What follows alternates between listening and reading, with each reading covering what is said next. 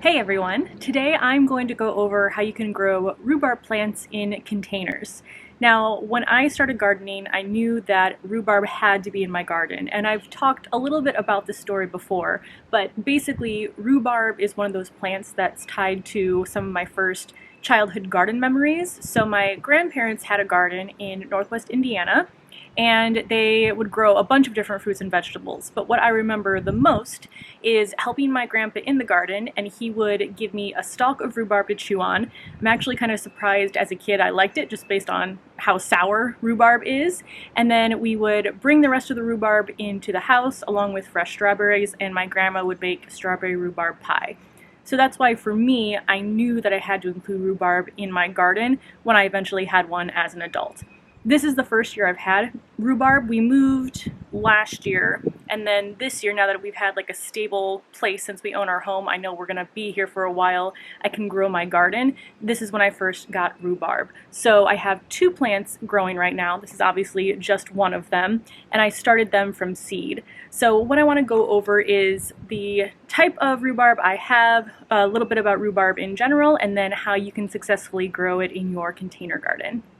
So rhubarb is actually a cool weather perennial, which means it's going to come back every year. And for me, that meant I wanted to put it in a container that was a little bit prettier than a grow bag. So my grow bags, even though they work really well for my vegetables and fruits, I'm using those more for my annual plants. Whereas something that's going to come back every year, I just put it in a pot that's a little bit more sturdy, a little bit more visually appealing, and hopefully I will have this for many years. Most rhubarb plants, if they're healthy plants, well taken care of, they can live up to 10 years.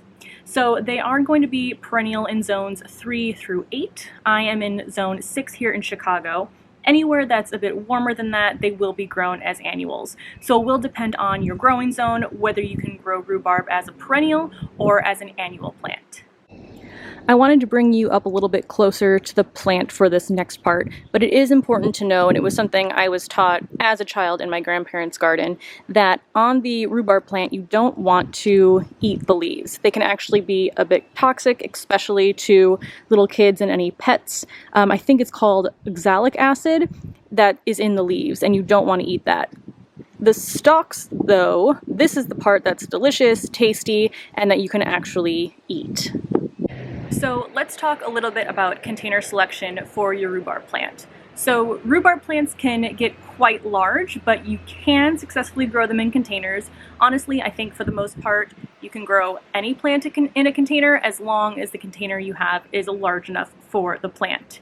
So this variety, though, actually is a bit more compact. So this is, I think it's the Victoria variety from Johnny Seed. I started them outdoors directly sowed in these containers, and they'll only get to about 3 feet wide by 3 feet tall. So that's more compact than what you might normally see, but even if you have a variety that will grow to 4 or 5 feet, as long as you have a container large enough for it, it'll be happy.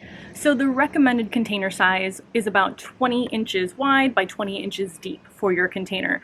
Obviously you can go bigger than that, the bigger the better. Rhubarb tends to have a pretty robust root system, so you definitely want to look for a container that's pretty deep. Unlike strawberries where the root system is pretty shallow, definitely look for a deep container for your rhubarb plants. As far as the type of container, you really can grow them in whatever type of container you want, obviously adjusting based on how much water the container can hold, the size of it, but like I mentioned, I've chosen these plastic pots just because I think they're a little bit better looking than my grow bags, and this is what I've been growing them in. Obviously, you want to make sure there is some sort of drainage system, so drainage holes in the container, so that your plant doesn't become waterlogged. Now, as far as what you want to put in your container, I feel like it's pretty repetitive for all of my recommendations in the video, but you want to choose a well-drained potting mix made specifically for containers. I use a bunch of different brands from, like larger chain stores to the brands carried at some of our more local garden centers. They all work really well. And then I also added in an inch-thick layer of compost just at the start, just to make sure there was some nutrients in the soil. But honestly, I think even if you're just starting with the potting mix, it comes with nutrients anyway, so you can probably get away with not adding anything additional to your soil. Next is going to be light. So like most fruits and vegetables, The rhubarb is going to want full sun, so you want to aim for at least 6 hours, somewhere in the 6 to 8 hour range. And a good thing about container gardens is that if you don't have one spot in your garden that gets that amount of light, you can easily move them around. So my total deck does get the 6 to 8 hours, but I have a raised bed in the center which can sometimes cast shade on where these are located, so I have moved them around throughout the day if I remember to do so, just to give them a little bit extra light. For watering your rhubarb plant, you do want to water the crown so that it's consistently moist but not soggy. You want to be careful in containers though, because containers can dry out much faster than if you were planting the rhubarb directly in the ground. So make sure that you're watering enough so that the plant doesn't completely dry out. Because this is a plastic pot, it does retain water a little bit better than something like a grow bag or a terracotta pot. I have a video on my channel that goes over all the different container material types and how well they maintain moisture, so check that out if you haven't already. But this one too is actually a self-watering pot. So there's a little reservoir in the bottom.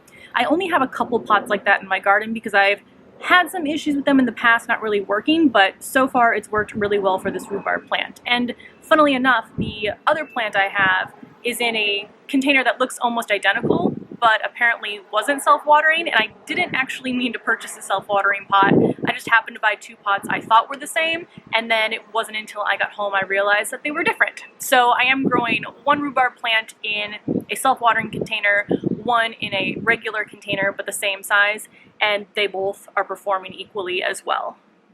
So next I want to go over fertilization, and for rhubarb it actually doesn't need much fertilizing. In fact, if it's in the ground you hardly have to fertilize it and they'll still perform really well. Now in a container, since they're going to run through the nutrients much faster than in the ground, they can benefit from an annual feeding of a 10-10-10 fertilizer. So because I just planted them this year and there was already nutrients in the soil, I'm not planning to give them any sort of fertilization this year, and then I'll start fertilizing them once a year starting next year.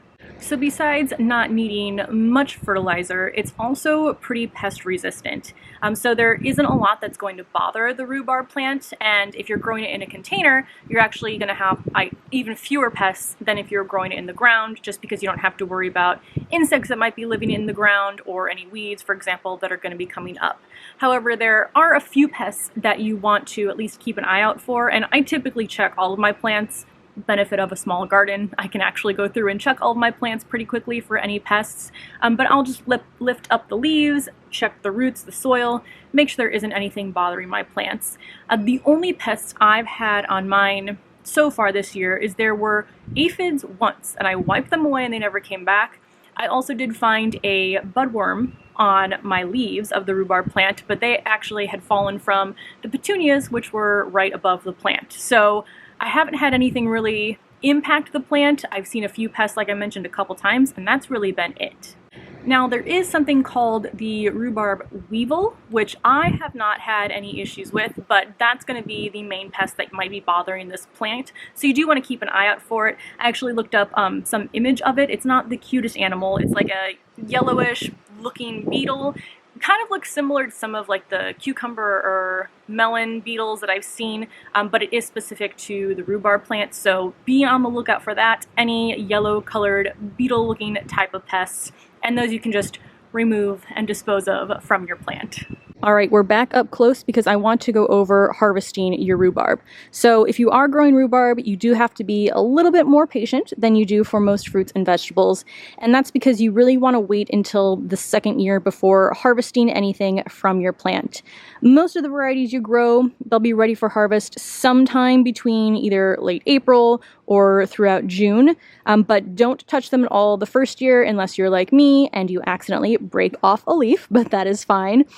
But you want to wait into that second year and then only take a few stalks at that time, and then you can start actually harvesting a bit more heavily the third year.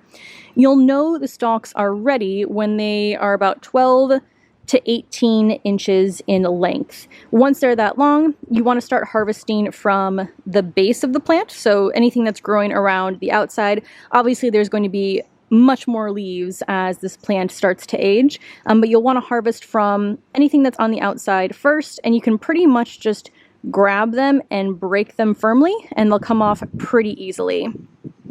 Now, during that first harvest, so the second you're growing them, the first time you're harvesting, you only want to take about a quarter of the total stalks. So about 1/4 of the total stalks that you have, don't take any more of that. And then going into that third year of actually having your plant, so the second year of harvest, third year total, then you can start to take all but 1/3. So you'll leave 1/3 of the plant intact, and then that way when you're leaving those stalks behind, you're allowing the plant to store energy for winter, ensuring that it'll come back the following spring. You also want to remove any flowers that blossom in the spring, because the flower isn't the main point of growing the rhubarb plant, and you want to have all of the plant's energy growing into the stalks. Now, when you get to the fall, you can go ahead and cut any old stalks back once the leaves start to die back. But again, you want to still make sure you're having 1/3 of the stalks going into the winter in preparation for next year.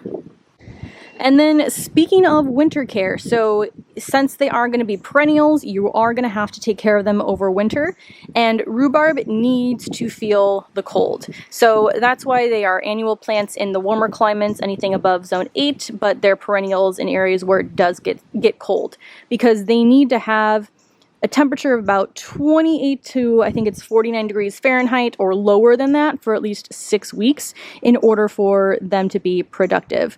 So you want to make sure, especially in a container garden, that you are protecting the roots of the plant.